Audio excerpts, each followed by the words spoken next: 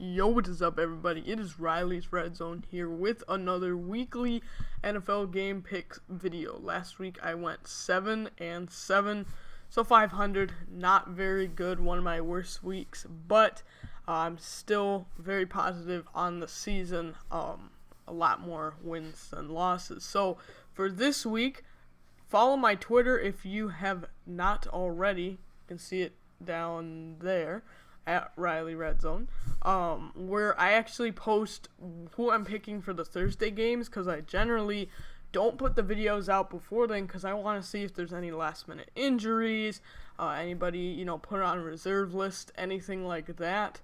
So I generally put the picks on Twitter. So for this week, for the Thanksgiving games, I went 1-1. I predicted that the Texans would beat the Lions, and I was correct about that. But I also predicted that the Cowboys would win against the football team, and they did not. So I went 1-1 so far on the week. Now, this week, there are a lot more games in question than there usually are. We've got multiple games that are kind of, there's some cases that people are concerned about here, that the games could definitely be pushed back maybe towards a week 18. I mean, I'll talk about later, the Broncos literally do not have a quarterback on their roster. So I'll get to that in a bit. So what I'm going to say about those games is what I said about games like that in the past, is that I'll predict the winner. If they do not play, it just doesn't count towards anything on my record, and then I'll re-pick them when they play again. But if they do play, it's fair game. You can count me right or wrong on that. So, getting right into it. So I'm 1-1 on the week, so let's see what I'm going to pick for the rest of the week. We have Titans-Colts, and I see that the Colts are favored by 3. They just beat the Packers last week in a very nice win. That's a great upset for their team.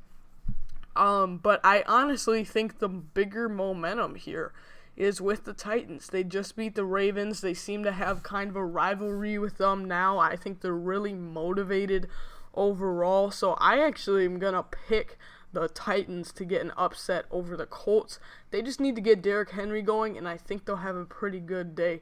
So I'm going to take the upset here with the Titans beating the Colts. It's technically an upset here. Then we have the Panthers and the Vikings. Teddy B returns home. I am taking the Vikings because they're at home.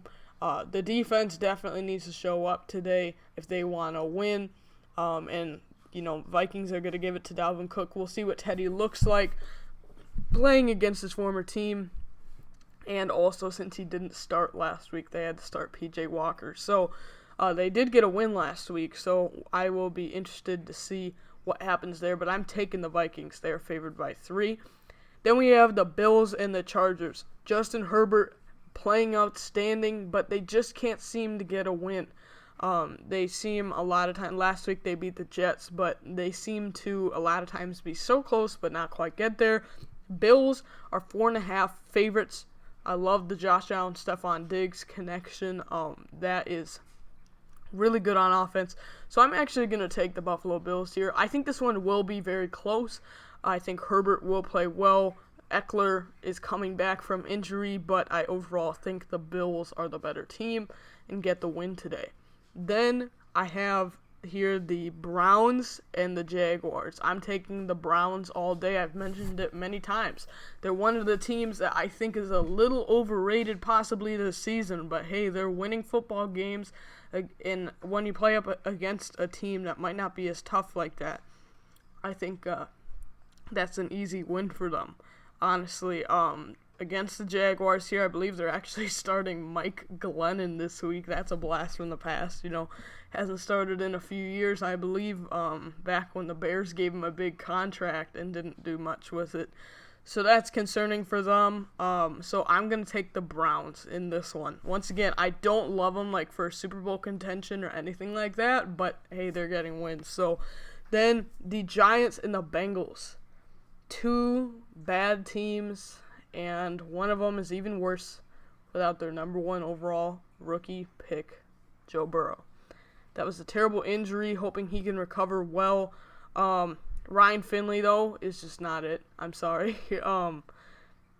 He's just, a prototypical backup, in my opinion. They picked him back in the 4th round, I believe, in his draft class. That was about where I had him. He just is kind of a low upside, decent floor, but he's not super good. They do have Brandon Allen, I believe, if they need to go to him. He had a few starts for the Broncos last season, so that wouldn't be the worst for them. But with that being said, I'm going to take the Giants. If the Bengals had Burrow still, I'm probably taking the Bengals here. But since they don't, I'll take the more healthy team here. And also the Bengals just have, I've mentioned it all year, a terrible offensive line. The receivers are good, but they can't block anybody. And the Giants, I don't love Daniel Jones right now, but they're the more healthy team, so I'm going to take them in this one. Then it's the Dolphins and the Jets. I'm taking the Dolphins. I believe Tua is back as the starter, even though he got benched last week, apparently because of performance, not injury related, but he did in fact have an injury, so it's kind of a combination here. I also think there's a chance Sam Darnold plays today, but that does not shift my pick whatsoever. Whether it is Tua or Ryan Fitzpatrick, I'm taking the Dolphins. I think they're more so the Jets are just terrible. So I'm picking the Dolphins there. And then we have the Raiders and Falcons. Another one where I think I was a little low on the Raiders. They kind of proved me wrong last week. They competed with, I still got the pick right. I picked the Chiefs and they won. But the Raiders definitely look good.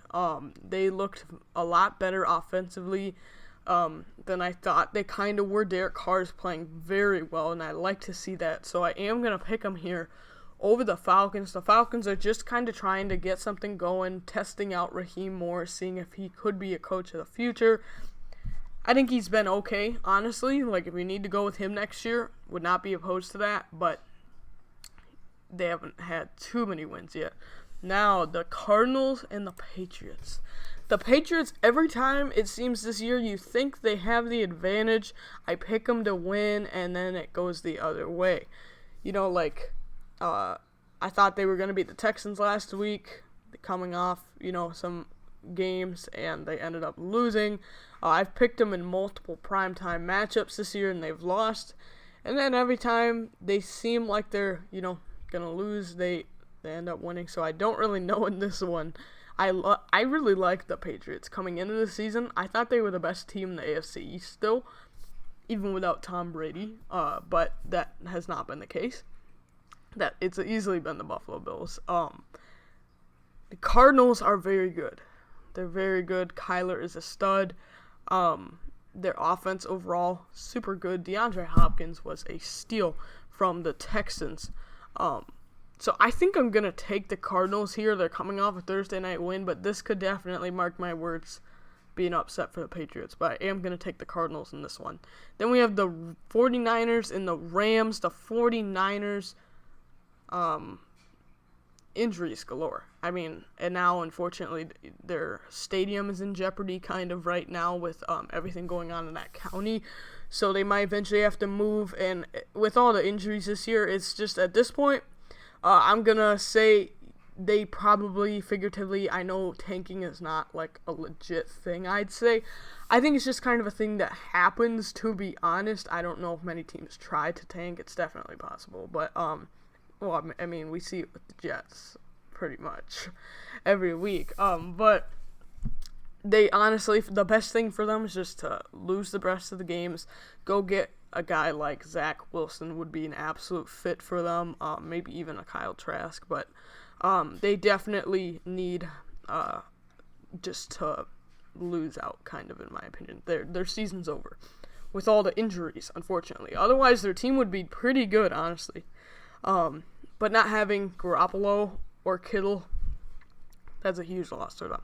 Saints are favored by 15 against the Denver Broncos, and that is because the Broncos do not, I repeat, they do not have a quarterback on their roster. They all are on the reserve list. And it's not a normal year. where, first of all, this wouldn't happen in a normal year, but let's say somehow it's a freak situation, all three somehow, injured. Normally, you could go out and sign a backup quarterback or even steal someone from a different practice squad and get them in. Even though they got no clue what that offense is, they could bring them in. But this year, you have to have the quarantine, meaning they cannot do that. So they are stuck without a quarterback, but they do have two former quarterbacks. One that was the early report they'd be starting Royce Freeman, a player out of Oregon a few years ago who played quarterback in high school. That was the report that he was their emergency QB, which I'm honestly thankful for that they went with the other quarterback because it breaks the whole number system that they have in the NFL. If you didn't know, they're very specific compared to college. Like in college, you've got kickers wearing number 27. In the NFL, you can't do that. A kicker, just like a quarterback, I believe, can only be, numbers 1 through 19. So the other guy they're going with today is Kendall Hinton from Wake Forest a few years ago. It might have been just last year. He might be a rookie, but I remember him honestly at Wake Forest being a quarterback, and then they switched to Jamie Newman.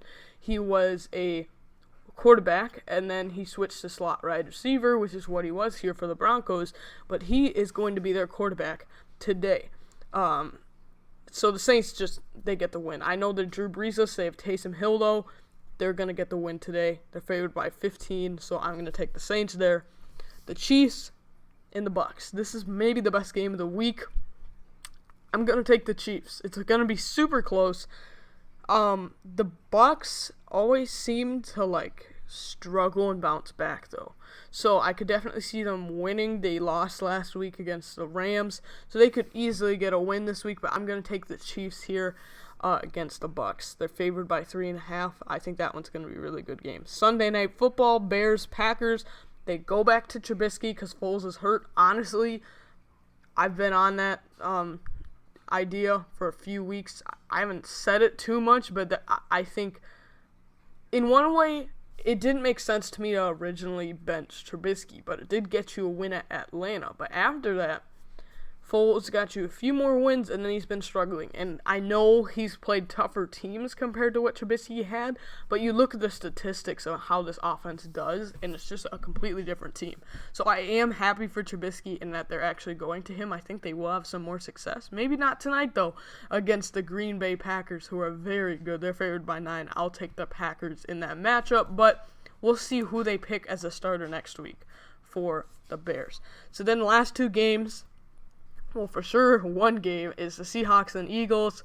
Give you the Seahawks all day. Russell's been looking good still. I mean, he's been struggling more, but still very good.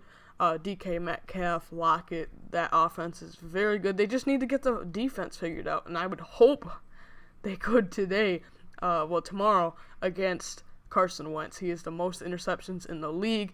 I heard they're already starting to look at Jalen Hurts a bit, which if you're Philadelphia, honestly, not a bad idea. Just see what you have in the rookie.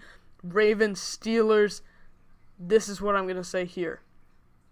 If this game doesn't happen, once again, don't count me out here. They already moved it to Tuesday at 7 p.m., and we've already gotten more positives yesterday and today. So I honestly don't think this game ends up being played, which is really bad for the Steelers, I guess, that their games, have been affected twice. But at the same time, maybe they kind of get an extra bye week. I don't know what you'd prefer. Earlier in the week, they definitely were frustrated. It got moved out of a Thursday night primetime game. But we'll see now if they can use the bye week. I don't know. But definitely an interesting situation. So if they do play, I am going to take the Pittsburgh Steelers.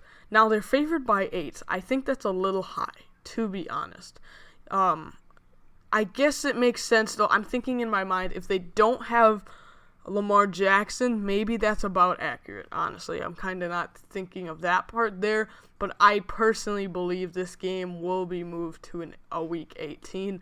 So I'm kind of considering, if you have any Ravens or Steelers players in fantasy, you might want to move them out just in case. But I'm not going to put a guarantee on that. But I'm picking the Steelers. But if it doesn't happen, I'll remake another video. I'll re-pick them some other time. So Wait, I just realized, guys, actually the next game on the list is the Ravens are already supposed to play again Thursday, and that's a quick turnaround. If so, anyways, but that's going to be an interesting situation we will have to watch. Thank you so much for watching this week's Game Picks. Hopefully we can have a successful week, and I will see you guys in the next video. Thanks for watching.